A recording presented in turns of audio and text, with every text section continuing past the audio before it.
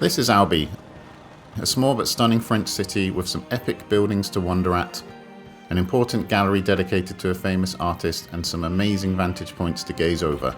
Let's go!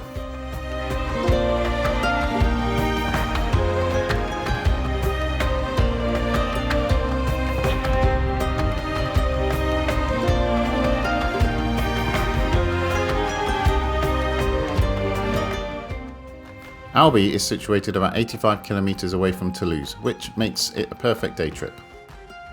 It's best to go by train to Albi station. The journey is about 1 hour or so, and once you reach Albi station it's another 10 to 15 minutes to walk to the historic centre. The first thing you will notice is the magnificent Cathedral of Sainte-Cecile. This imposing building was built in a Gothic style between the 13th and 15th centuries. However, it doesn't look anything like any other Gothic cathedral I've ever seen, and instead resembles a fortress.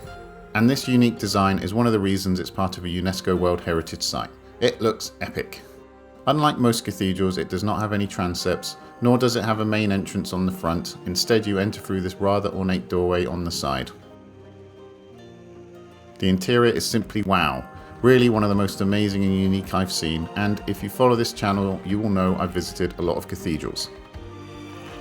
Every single surface is decorated in some way, and there is so much detail it's really hard to take it all in. Entry to the nave is free, and it's worth spending a little time just gazing at everything. Note the interesting frescoes at the far end depicting the Last Judgment. Also of note is the ornate and original choir screen that separates the nave and the choir.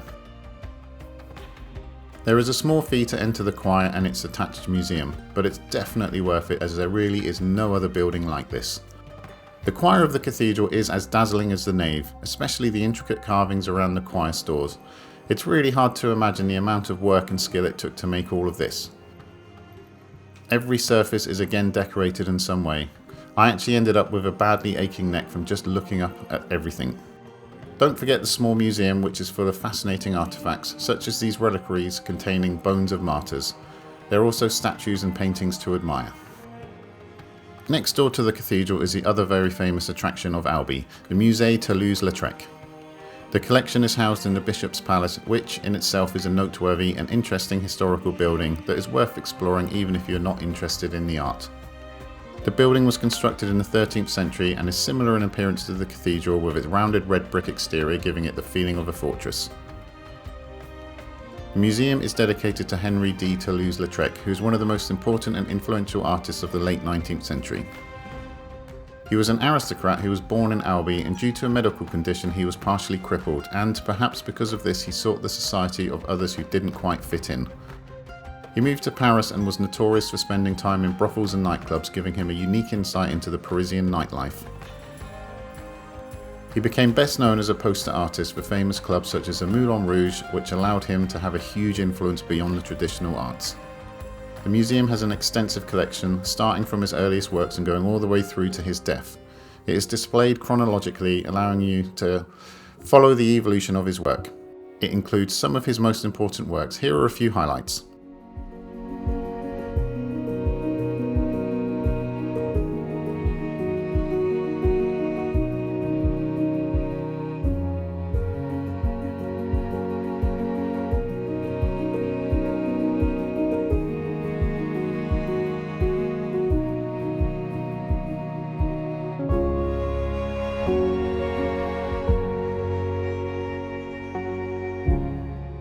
As well as the works of Toulouse-Lautrec, the building houses other collections displayed in a series of impressive rooms, so don't miss those.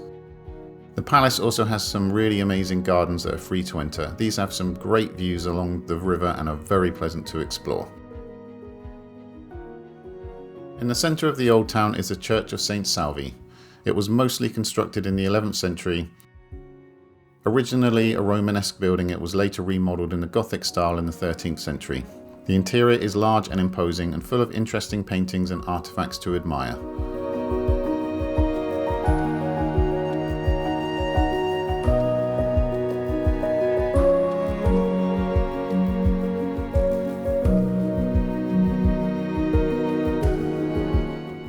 Outside there are the remains of the cloisters and a garden which is free to enter and explore. It's a peaceful and relaxing place to take a break from all that sightseeing, so stay around and relax for a short while. We visited in November when the city was very quiet and nearly everything was closed for lunch, so during this time we explored the narrow streets of the old town of Albi. Many of the buildings are charming and historic with original facades and features. There are some very ornate ones, such as this one, which has a small and interesting courtyard to look around. There are also some large squares with fountains, shops and restaurants, basically everything you could need. Near the cathedral you'll also find the impressive food hall, which is full of tasty looking food. Albi sits high over the River Tarn, which is another not to be missed location. There are a couple of bridges and the views are stunning all round. There didn't seem to be too much to do on the far side of the river, but there are some viewing spots to explore for more great views over the city. There is also a small museum here dedicated to the sailor and explorer Lapérouse, who was born in Albi and was famous for his epic voyages of discovery around the world in the 18th century. I hope you enjoyed this short tour of Albi. It's a wonderful city and I highly recommend visiting it. Thanks for watching and cheerio!